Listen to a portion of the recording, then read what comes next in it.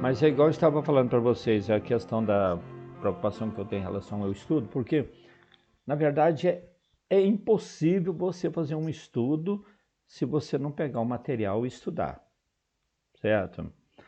Aqui a chefinha, a Madalena, trabalha com escola há muitos anos, ela sabe muito bem disso. O aluno, para ele ter um bom desempenho, ele tem que seguir o material, tem que fazer as atividades e tal e tudo. E muitas das vezes a gente quer estudar espiritismo sem pegar no livro, sem estudar. E a gente tem essa tendência de querer falar coisas, a gente lê uma coisa e fala outra que não tem nada a ver. A gente tem essa tendência. E é o que nós estamos tentando fazer também com as nossas reuniões, trabalhar as obras, porque o problema da doutrina espírita é a falta de conhecimento dela. A falta de conhecimento ou a má interpretação da doutrina. O grande problema da doutrina espírita é esse. Tá? Dona Helena, seja bem-vinda. Dona Euripa, Dona Euripa, meu, parece que ela está mais nova. Eu acho que ela pintou o Obrigada. cabelo. Essa menina não está. É eu mesmo. Estou aqui em Goiânia hoje com a mãe. Ah, Aí, beleza. Né? Então tá ótimo, né? Mas tá tudo bem, né? Dona Helena tá feliz? tá, graças a Deus. É, né? Então tá joia. Vamos continuar com o nosso estudo? Eu queria fazer essas considerações para vocês entenderem que a doutrina espírita é a coisa mais importante na nossa vida que nós temos em termos de religião. E quando a gente começa a acertar, eu estou tão feliz, certo? A tia Ninha está despertando agora, porque a doutrina espírita, quando a gente vai começando a entender ela, a gente começa a aparecer dúvida mesmo, tia Ninha. A gente pensa assim, poxa, a dúvida não pode ter, não, mas desperta. O conhecimento leva à dúvida. A dúvida é a antessala do conhecimento, certo? Exatamente. Não é? Então pinta É. assim. Tá muito bom, mas beleza. E é o que nós estamos tentando, certo, gente? Às vezes a reunião fica assim meio chata, às vezes e tal, mas tem certeza, a minha intenção não é de ter uma reunião chata, não. É de ter uma reunião melhor possível, de trazer mais, de forma assim, mais clara e direta o conhecimento do que está nas obras de Kardec. Porque eu acho que se nós conhecermos a base, o resto fica fácil. O resto fica fácil. Se a gente entender as... Muitas vezes uma aula, né, José, que não tem pergunta, que não tem dúvida, é aquela turma assim morna, que a gente nem sabe se eles estão conseguindo aprender, né? Mas quando repercute, quando tem uma dúvida, é sinal que tem alguém refletindo ali, né? Exatamente. E outra pessoa, uma outra questão, Dinés, que todos os irmãos que estão aqui na reunião podem ajudar eu a raciocinar essa questão. Nós espíritas somos muito procurados. Somos muito Isso. procurados. Por quê? A doutrina espírita traz uma mensagem de vida espiritual, uma mensagem ampla. Então nós somos procurados. Agora nós vamos negar de dar uma atenção para as pessoas? Porque às vezes a gente tira alguém de um suicídio, a gente às vezes tira a pessoa de cometer um crime. É, gente, é sério. Eu acho que com todos vocês acontece, porque eu não sou melhor do que vocês. Eu não sou Quando único. o senhor falou aí, Tio, que a gente tem que estudar, ter o conhecimento, isso é muito importante mesmo, porque a gente é procurado não só para ajudar, mas, por exemplo, aqui na minha profissão, quando a pessoa vem pela primeira vez, que me pergunta, você é católica, você é crente? Eu digo, não, não. Ela, qual é a sua religião? Aí quando eu falo que eu sou espírita, a primeira coisa, a pessoa fica muito assustada, né? Uhum. Aí ela sempre me pergunta, é? Mas e o que vocês estudam, né? O que a sua doutrina prega? Então a gente tem que ter esse conhecimento para saber dar essa resposta de forma certa. Porque muitas pessoas não sabem como explicar, aí explica de forma diferente, aí mistura o ser espírita com o ser espiritualista e vira uma confusãozeira.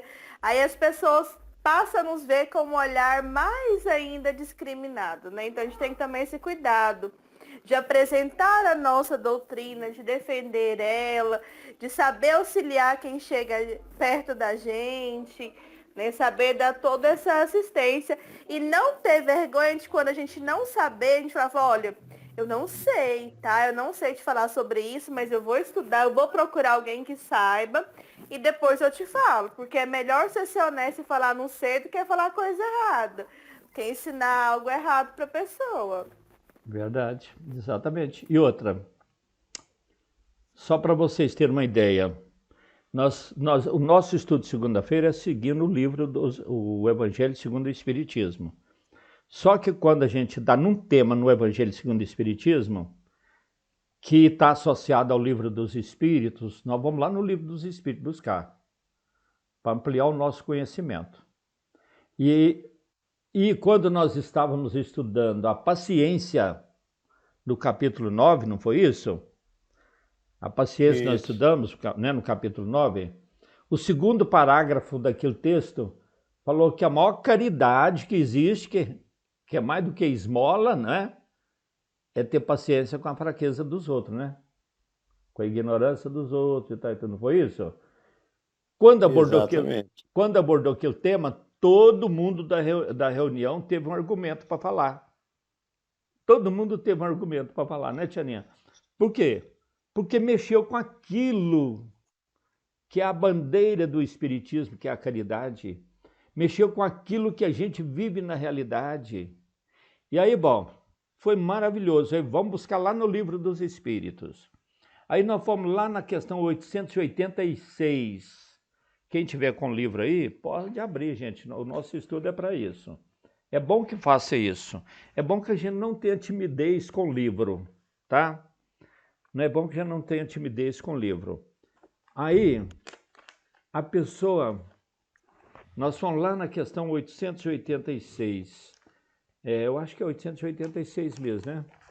Falando qual que é o... 886, 87, 88 e 89. Eu dei uma estudada hoje à tarde sobre ela. Ah, muito bem. Então, se hoje vai estar do jeitinho que nós precisamos. Você entendeu? Aí o que acontece? Lá na questão 886, o tema lá é caridade e amor ao próximo. Antes da reunião, eu coloquei no grupo Serapeu Ribeiro e no grupo da 13ª região esses seguintes questionamentos. Agora, nós não vamos ler o texto. O Odinésio leu, vários de vocês com certeza leram esses textos aí, essas questões da 886 até 889. Com certeza, vários de vocês leram. Então, nós só vamos dar uma pincelada para nós entrar num outro tema que está ligado aí. Dar uma sequência que está ligada aí que eu achei de muita importância. Então, qual que é a abordagem que nós queríamos fazer agora para dar uma pincelada? É o seguinte, nós vimos primeiro, na 886, o verdadeiro sentido da caridade, não foi? Quando os espíritos explicaram o verdadeiro sentido da caridade, destacou o quê? 3 palavras: bondade, indulgência e perdão. Não foi isso? Tem gente que fala assim, tem gente que usa uma abreviatura, fala assim, BIP, né? BIP. Bondade, e lá fala bondade para com todos. Eu gostaria bem de frisar essa bondade para com todos. Porque a palavra bondade significa o quê? Ser bom. Ser bom, fazer o bem, ser benevolente. Bondade é isso. Agora, bondade para com todos, no Livro dos Espíritos está falando que não tem preconceito, não tem na doutrina espírita. É bondade para o negro, para o branco, não tem racismo. Os inimigos da doutrina espírita tentam falar que Kardec é racista, só porque ele fez uma colocação das classes no desenvolvimento das raças. Mas bondade para todos, independentemente se o cara é europeu, se ele é africano, se ele é brasileiro, se ele é preto, se ele é branco, se ele é gordo, se ele é magro, se ele é velho, bonito, se ele é macho, se ele é fêmea, se ele é homossexual, independente de qualquer coisa. Bondade para todos. Está falando isso. Se a pessoa tem bondade para todos, se tem bondade para todos, ele tem condição também de ser o quê? Indulgente. Por quê? O que quer dizer indulgência? Alguém gostaria de falar? Esquecer as ofensas, não elevar não comentar o mal do próximo, pelo contrário, tentar suavizar, né? Nessa questão do Kardec mesmo, ele estava falando sobre as raças. A raça negra é originária. as outras raças, 4 raças indo-europeus, tudo muitas vezes vieram de capela. Então, realmente, intelectualmente, tinha uma supremacia sobre as raças originárias, né? Nisso aí não tem nenhum preconceito, é uma constatação. Eu não posso dizer que o cara está no primeiro ano, ele é inferior ao cara que está no segundo. Claro. Em conhecimento, sim, né? Exatamente. E sendo bom para os outros, sendo indulgente, vocês acham que uma pessoa assim, ele consegue guardar ódio, mágoa, ficar remoendo em cima de alguém que o ofendeu, de alguém que lhe fez mal? Claro que não. Se ele é bom para todo mundo, se ele é indulgente, ele já chegou na capacidade de não se sentir ofendido. Claro, poderá ficar chateado, poderá ficar triste e tudo, mas ele não quer mais revidar o mal que as pessoas lhe fazem. Ele não tem mais prazer em atacar uma pessoa porque ele lhe fez mal. Ele já tem uma condição de deixar aquilo para lá. Entendimento, né? Já tem um Muitas vezes uma criança entendimento. que comete um desalinho, a gente sabe que ele é criança, não é por maldade, é porque ele não sabe, né? Não sabe exatamente. Estão Como é que entendendo? vai condenar ele? Exatamente. Né? Então, resume, tudo isso resume o quê? O verdadeiro sentido da caridade. Bondade para todos, indulgência para a imperfeição das pessoas, a imperfeição alheia, né? E bondade e perdão das ofensas. Gente, é difícil a gente entender isso? Difícil praticar, sim. De botar em prática, né, Nilton? É muito difícil. Agora, é difícil entender isso? Não, Dinésio? E aquela história, né? Se for difícil, é só fazer a sigla aí, né? BIP, né? BIP. E reforçar isso na mente. Exatamente. Não é difícil. Agora, esse tema, aí continuou o seguinte, nós vimos aqui, eu coloquei para vocês, vamos lembrar aqui, amar o inimigo é também caridade? O que vocês concluíram ao estudar esse texto aí, esse tema? Qualquer um de vocês pode falar, viu, gente? Não precisa ficar preocupado, não. Falando, eu não vou falar não, porque está gravando. Eu não boto nada na internet que comprometa o que vocês falarem, tá? Eu tenho... E se ninguém falar, eu falo, hein? Então, amar o inimigo é um grande exemplo, né? Até porque é uma evolução bem grande. Porque amar aqueles que nos rodeiam, que a gente ama, nossa família, nossos amigos, aquele que nos faz bem é fácil demais.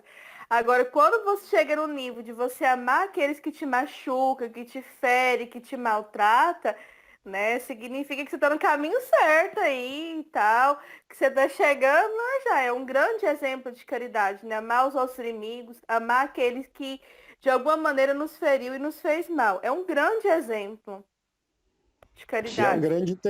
É um grande entendimento, né? E um grande amor próprio que a gente exerce sobre nós mesmos. O Rossano Klins diz que quem odeia é aquele camarada que toma veneno esperando que o, entre aspas, inimigo, que eu não acredito que existe inimigo, querendo que o inimigo morra, né? Então eu sempre percebo assim, se alguém de repente desalinha em relação a nós, o que a gente precisa é fugir do ódio e do ressentimento, procurar compreender aquele momento, de repente, infeliz que aquela pessoa cometeu aquele desalinho e torcer para que ela não faça isso mais, né? Dando ali a ajuda necessária para ele, que está nessas 3 palavras, né? Bondade, indulgência e perdão, se realmente houve uma ofensa ali, né? Agora, muitas vezes a pessoa fala assim, vamos pegar o Gandhi lá, né? Você desculpa o cara que te ofendeu? Eu falo, não, eu não desculpo, não. Todo mundo estranhou, né? Eu falo, mas por que você não desculpa? Ele falou, porque eu não me senti ofendido. Foi, de repente, uma criança emocional que fez um desalinho em relação a mim, eu não posso condená-lo, né? Bom, e outra coisa nós podemos observar. Então, primeiro, amar o inimigo, vamos bater na mesma tecla, é caridade ou não? Caridade e inteligência ao mesmo tempo, né? Sim. Sim. Vamos ouvir agora o Nilton. É caridade ou não, Nilton? Eu acredito que sim, seu Zé. Né? O Adinese já falou, a chefinha Maria Madalena de Araújo. Hoje não está vendo o seu rosto, menina. Você acha que é caridade ou não? A caridade primeiro para conosco mesmo, né? Porque do momento que eu amo meu inimigo, que eu não desejo mal para ele, eu já estou me tornando uma pessoa melhor. Então, Hum, o meu espírito também está sendo melhorado. E com isso eu consigo fazer algo melhor. Aquilo que o Odilésio acabou de falar, as ofensas você tem que perdoar só quando você se sente ofendido. E muitas vezes nós sentimos ofendido por pequenas coisas que o hum. fato de não se, às vezes era, nem é perdão, às vezes é uma desculpa, se torna uma coisa, uma violência enorme, né? Então eu acho que é E, perdão, aqui- sim. É Hum, caridade. e, hum. Mas e é uma amar. lição para a gente, né? Psicologicamente diz que tudo aquilo que repercute em nós, que nós temos dentro de nós. Se eu não tenho, não consigo perdoar, é porque o ódio, o ressentimento ainda está dentro de mim. Então não é o problema da outra pessoa, é eu que preciso, que estou adoecido e preciso buscar a saúde emocional, a saúde moral, né? É Ô, algo pessoal. muito bem. Tianinha, amar o inimigo é caridade? É também uma caridade? É uma caridade e é uma compreensão de saber que o nosso inimigo de hoje foi o nosso amigo de ontem, porque ninguém se torna inimigo se não foi um grande amigo, né? Hum, Então, amá-lo já faz parte já desde o início, porque se não amasse, não havia essa desavença entre as pessoas, né?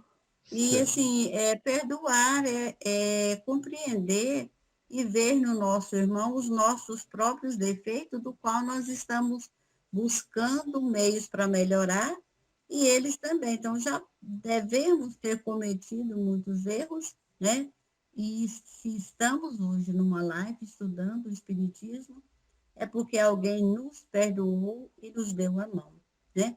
Senão Hum, nós não estaríamos aqui. Então, é uma caridade e das grandes, é um amor infinito, é amar os nossos inimigos. E como ficou bem claro, assim, que do Allan Kardec, falar nós não nos encontramos com a mesma alegria diante de um adversário, porque a gente não tem que falar que tem inimigo, nós temos pessoas com ideias e pensamentos diferentes do nosso, do qual não compreendemos e classificamos como inimigos. São pensamentos diferentes, né? Não vamos ter a mesma alegria, nosso coração não vai pulsar com a mesma intensidade, com a mesma alegria de quando encontramos com um amigo. Mas não quer dizer que nós vamos querer o mal, né, dessa pessoa, porque nós achamos e entendemos que ela não pensa como nós. Essa é a minha opinião, tá, gente? a opinião acertadíssima. Nota 10. Agora, dona Euripa, você acha que amar os inimigos é caridade, dona Euripa? A dona Helena também, se quiser falar, pode deixar falar, tá juntinho de você aí, né? É sim, seu Zé, eu acho que é caridade. É, né? Pois então. É, Pois é. E a Vilma é verdade. Helena? Tudo aí que você está falando está certo. Ah, tudo bem. A dona Helena, a senhora está É, ouvindo bem, né? Aí, né? A senhora está em tá, Goiânia, né? tô. Ah, muito bem. E a Vilma Helena, você acha que amar o inimigo é também caridade? Eu acho que ela não entendeu muito bem. Ela estava jantando, seu Zé. Ah, que bom. Tô ali lavando a boca dela. Tá certo. A dona Helena precisa desse cuidado. Não vai passar da hora de comer, não, né? Então vamos É, lá. pode não. Vamos lá, Vilma. E você, amar o inimigo é também caridade? A É pergunta. caridade. Hum, Aham, caridade para eles e para nós também, né? Porque quando nós conseguimos, né, fazer o bem para uma pessoa e não o mal no pensamento ou em ações, isso é porque nós já evoluímos um pouco. hum, E certo. concordo também do jeito que a Tianinha expressou. É, porque nós gostamos muito das pessoas ficar do nosso lado e pensar do jeitinho que nós pensamos. E não é assim, nós somos diferentes. E é isso que é o bonito, né? Certo. Essas diferenças. Então, talvez eu também não respeito a fala de uma pessoa ou ações de alguma pessoa e fico só retrucando, falando alguma coisa, né? E diretamente e indiretamente para essa pessoa, né? Quando é indiretamente, ainda é pior ainda, porque a pessoa não tem nem defesa própria. Então, caridade é a gente não fazer o mal em pensamento e em ações para aquela pessoa que é diferente de nós. Muito bem. E a Franciane? Eu já tinha respondido. Ah, que já a tinha primeira. respondido. Ah, foi ser uma das primeiras. Mas eu vou fazer uma Eu concordo, sim, eu concordo. Certo. Eu vou fazer aqui um adendo aqui, batendo com o que está no livro e que a Tianinha realmente explicou também. Porque, na verdade, como que você vai amar o inimigo sabendo que nós temos, né, naturalmente, os seres humanos têm tendência em sentir, assim, de ter mágoa, de sentir raiva, ódio de alguém que lhe fez mal. É uma coisa, parece natural do ser humano, é uma reação que o ser humano tem, né? E que a inimizade, normalmente, ela gera uma falta de simpatia. Então, já que isso é uma coisa meio do ser humano, essa tendência de se ofender, de não gostar das ofensas, da maldade que a pessoa lhe faz, de perder assim a simpatia com o inimigo, como que a gente vai amar esse inimigo mesmo sendo assim? Aí é que essa é a questão que está no livro dos Espíritos, né? A questão 887. Aqui, vou só repetir, a Tianinha já explicou, mas vou ler o texto para ficar bem claro para todo mundo. E todos vocês também falaram dentro do que está explicando aqui. É certo que ninguém pode votar aos seus inimigos um amor terno e apaixonado. Não foi isso que Jesus pretendeu dizer. Amar os inimigos é perdoar-lhes e lhes retribuir o mal com o bem. Aquele que assim procede se torna superior aos seus inimigos, ao passo que abaixo deles se coloca quem procura tomar a vingança. Quer dizer, quando você não considera aquela maldade, quando você não deixa aquilo para lá e tal, você está colocando uma posição superior ao inimigo. Ao passo que você for vingar, se você quiser vingar, partir para a vingança, você está colocando numa posição inferior. Agora, é claro que amar o inimigo não é ter aquela afeição, aqui usa a palavra assim, não é dar ao seu inimigo o mesmo, aquele amor terno e apaixonado. Você faz, por exemplo, você tem aquele contato, aquela convivência, a pessoa vai na sua casa, você vai na casa dela, não é isso, amar o inimigo, a energia nossa não bate. Se é inimigo, há uma falta de ligação, de uma energia, de simpatia. Realmente há essa falta dessa. Então não dá para.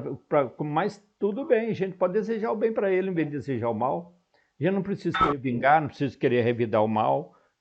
Jesus foi o maior psicólogo do mundo. Olha o que Jesus deu para nós, para a gente melhorar o relacionamento nosso, para diminuir as confusões.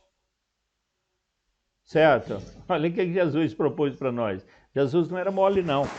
Aí, bom, você está com o microfone aberto aí, Odinésio? A hora que você estiver fritando um peixinho aí, você fez. Aí. Tá certo. Então, se a esmola não foi colocada no verdadeiro sentido da caridade, então como devemos pensar sobre o ato de dar esmola? Quando Kardec perguntou para os espíritos qual que é o verdadeiro sentido da caridade, segundo entendia Jesus, a espiritualidade respondeu: bondade para com todos, indulgência para a imperfeição alheia, né? e perdão das ofensas. Ele não mencionou a esmola, mencionou? Né? Então ele não falou da esmola. Então, baseado nisso, já que ele não falou da esmola, nós podemos aqui, por exemplo, o que nós podemos pensar sobre o ato de dar esmola? Então, esmola não é caridade? Devemos dar ou não? O que vocês acham? Seguramente que é, né? Na verdade, é o retrato da caridade. Se não houver doação, diz que amar é sair de si mesmo, né? Se eu não consigo fazer isso, não há concretamente esse processo, né? Então, seguramente, doar o tempo, doar a paciência, doar o entendimento colabora para o adiantamento do nosso próximo, né? Mas quando nós falamos assim, ó, Janete, a esmola, que eu entendo, por exemplo, eu estou no carro, alguém no sinaleiro, alguém pede uma esmola, então bate na minha porta pedindo um auxílio. É o que nós chamamos de esmola, né? Então, se eu dou uma esmola, mesmo eu olhando para a pessoa, eu acho que ele poderia estar trabalhando e tudo, e eu não dou. Quer dizer, eu falo, não vou dar porque ele está melhor do que eu. A gente escuta muito isso. Então, eu acho que aí é falta de caridade. Se eu não quero dar, eu também não preciso humilhar, né? E, ao mesmo tempo, se aquela pessoa está pedindo e o fato de eu não dar, eu já estou desagradando aquela pessoa. Então, eu já faltei com a caridade, às vezes até de, como é que eu vou dizer? De humanidade, né? Mas também não adianta eu dar uma esmola, tipo assim, eu coloco na mão dele, nem olho, nem nada. Então, eu aprendi isso, por incrível que pareça, com a minha filha. Eu não vou dar esmola só para poder dar. Ela nunca dá uma esmola sem antes, se ela não perguntar, né? Onde você mora? Geralmente dá um tempo para você conversar com essa pessoa, porque às vezes a palavra que ela falou e o sorriso que ela tira da pessoa, quando você está falando, é mais caridade do que o fato em si de dar uma esmola. Muitas vezes o fato dele pedir a esmola e você ter aquele contato com ele é uma oportunidade que nós temos de fazer a caridade num bom dia, num boa tarde, né? Fica com Deus. Eu penso assim. Demonstração de paciência, né? Todo mundo concorda com a Madá? Sr. Zé, mas a gente... às vezes a pessoa pede algo para mim, por exemplo, se meu coração falar para mim, só ficar assim, que eu dou a esmola de coração, porque senão, será que a gente também não fica assim, sendo como se fosse obrigado? Eu tenho que dar esmola para me poder ser recompensado, né? Aqui em Itaúsu, eu não sei se eu estou pensando, aqui em Itaúsu passa muito um carro com um senhor dentro pedindo esmola. Não sei se é em Nicunza acontece isso. Né? Aí eu penso comigo. O senhor dentro do carro pedindo esmola? Dentro do carro, ele aluga um carro, né? Põe um outro dirigir para ele e ele sai falando na rua. Né? Isso, não sei o que, tal. Você já viu isso aí? Já. Às vezes é assim, tipo uma campanha, por exemplo, pedindo esmola. Não é campanha, é pedindo mesmo na rua. Senhor fulano já aqui, passou. É portador de uma doença tal, perdeu uma perna, não sei o quê, tem 2 filhos, tem família, está precisando da sua ajuda. Isso Aí mesmo. eu fico pensando, se uma pessoa tem um carro para pagar esse trem, certo? Eu não sei se nesse momento eu sou até maldoso. Eu não consigo dar uma esmola com uma pessoa dessa. Certo. Porque aí eu acharia que eu estava fazendo aquilo por obrigação, né? Eu tenho que ajudar. Mas Ou se profissionalizando um pedinte, né? Tocar no meu coração, eu ajudo. Profissionalizando o pedinte. Então, vamos ver aqui o que...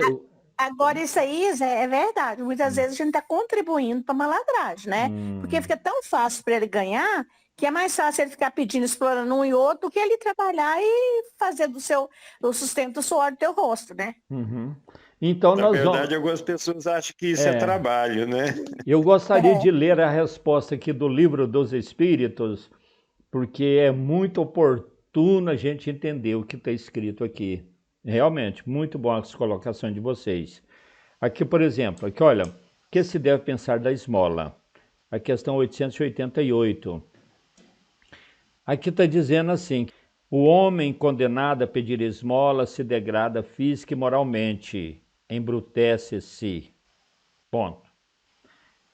Então está falando nesta frase que o homem que está condenado a pedir esmola, ele está embrutecendo fisicamente e moralmente, quer dizer, ele está tornando aquele profissional, ele, como se diz, da mendicância, vai se embrutecendo, vai perdendo seu estímulo de fazer alguma coisa, de ganhar a sua vida de outra forma, vai habituando aquilo pelo esforço, vai criando o que o Odinês falou, o profissionalismo da mendicância, né, Odinês?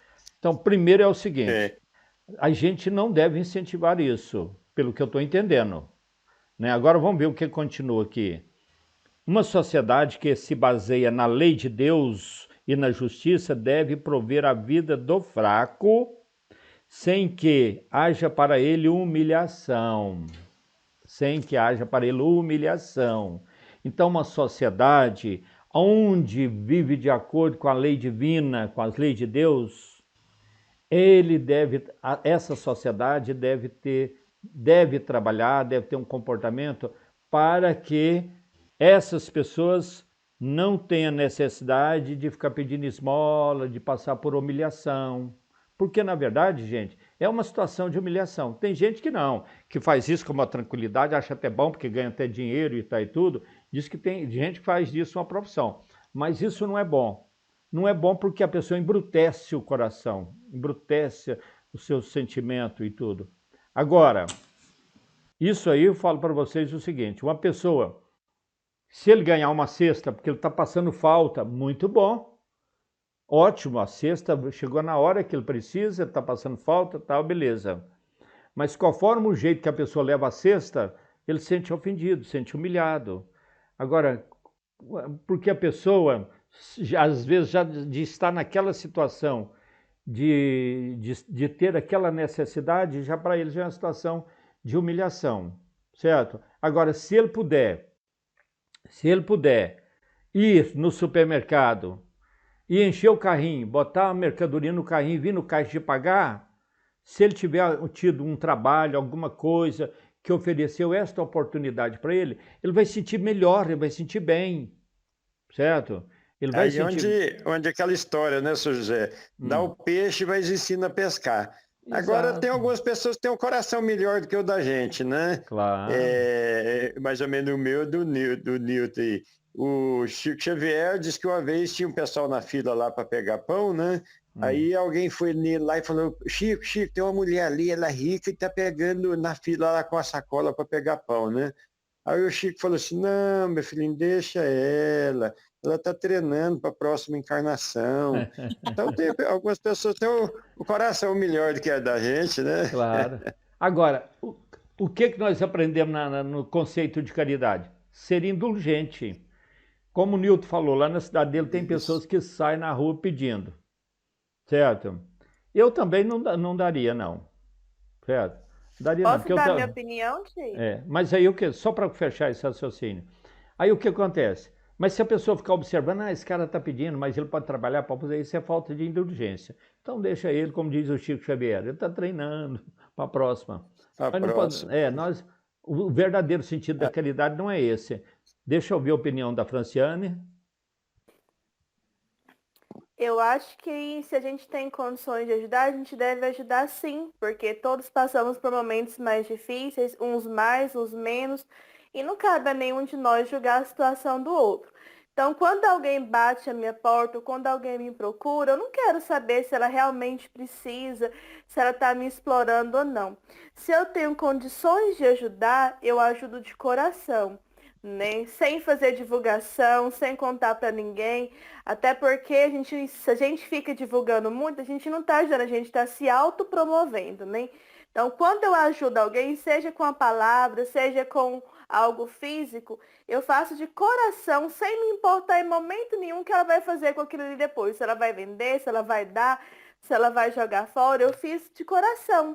né? Se ela não gostou, se ela achou que, ai, nossa, eu pedi um arroz e ganhei um arroz ruinzinho, ai, eu pedi dinheiro e me deu só um pouquinho, aí é com ela lá, né? A consciência dela, mas eu fiz de coração.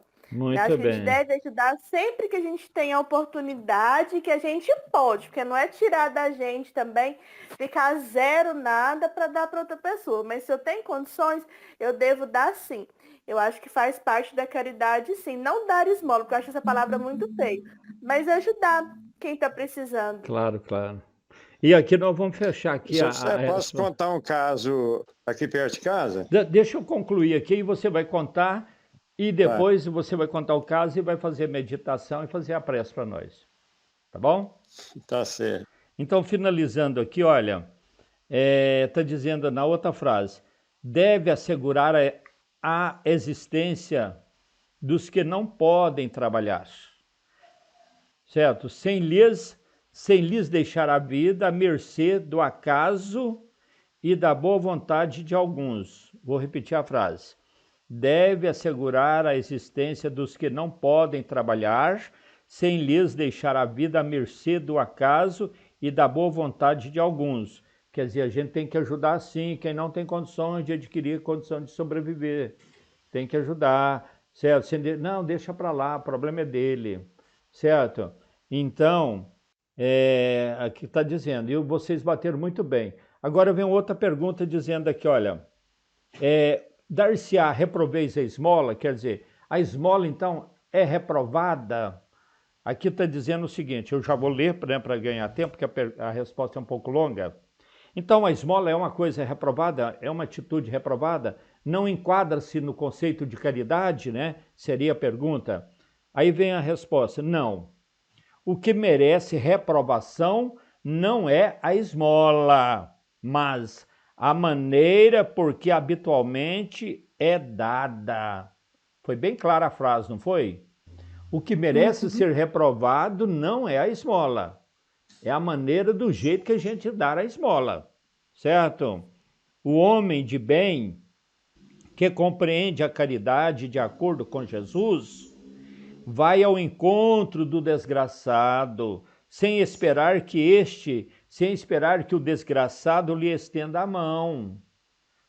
A verdadeira caridade é sempre bondosa e benévola. Está tanto no ato como na maneira por que é praticado. A verdadeira caridade está no ato, na maneira que a pessoa lida, onde tem bondade, onde tem indulgência, onde tem perdão das ofensas.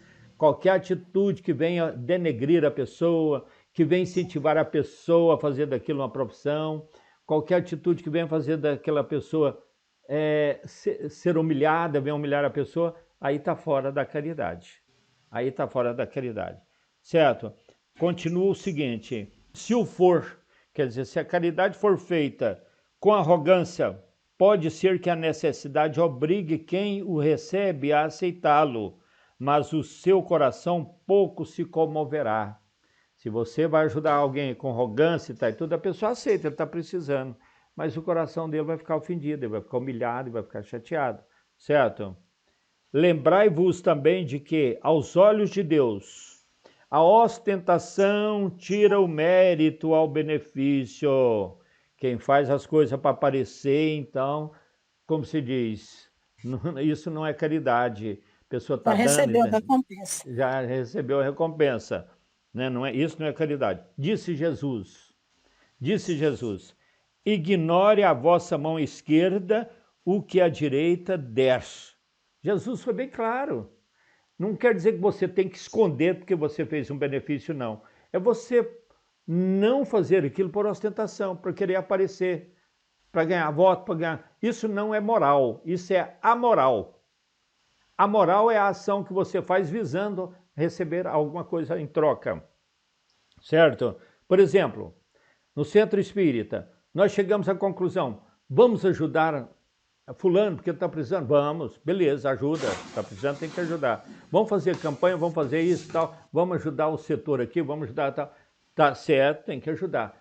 Mas se você botar na cabeça, nós temos que fazer esse trabalho porque o pessoal vem para o centro, enche o centro de gente, o pessoal vê que nós somos caridosos. Aí pronto, já perdeu o sentido da caridade. Você já está tendo uma atitude amoral. Você está fazendo alguma coisa visando ter algo em troca. Você entendeu? A verdadeira caridade você faz com desapego. Você faz pela vontade de beneficiar alguém, com a vontade de ajudar alguém, certo? Isso é que é moral. Então a gente precisa de analisar essas questões. Bom, continuando aqui,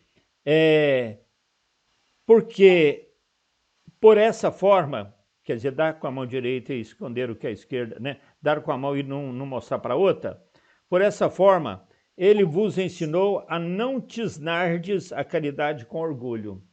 Tá vendo? Finalizando, tá a mensagem dizendo o seguinte: deve-se distinguir a esmola propriamente dita da beneficência, certo? Você ser beneficente, você ser bondoso é uma coisa. Agora, você dar a coisa, tem que ver que, às vezes, a esmola propriamente dita, ela é diferente da beneficência, certo? Às vezes, sim, você tem que distinguir, né? Nem sempre o mais necessitado é o que pede. Nem sempre o mais necessitado é o que pede. O temor de uma humilhação detém o verdadeiro pobre, que muitas vezes sofre sem se queixar. A esse é que o homem verdadeiramente humano sabe ir procurar, sem ostentação. Certo, gente? Então, o que acontece? Tem gente que às vezes está precisando, mas ele fica com medo de colocar numa posição que ele vai ser humilhado, que ele vai, como se diz, todo mundo... É uma questão que a gente tem que, às vezes, aprender a reconhecer na pessoa que está precisando, para ajudar. Que esse conceito de esmola não tirou da nossa obrigação de ajudar o próximo, de fazer caridade, não. Só que a gente tem que saber que a coisa tem que ser feita de forma adequada, né? Amai-vos uns aos outros. Eis toda a lei, lei divina, mediante a qual governa Deus os mundos. O amor é a lei de atração para os seres vivos e organizados. A atração é lei de amor para a matéria inorgânica. Bom, e aqui eu vou finalizar com outra questão também que eu gostaria de botar vocês comentar, mas o nosso tempo está vencendo. É a 889, está dizendo assim: não há homens que se veem condenados a mendigar por culpa sua. Quer dizer, não há pessoas que às vezes pedem esmola por culpa dele mesmo.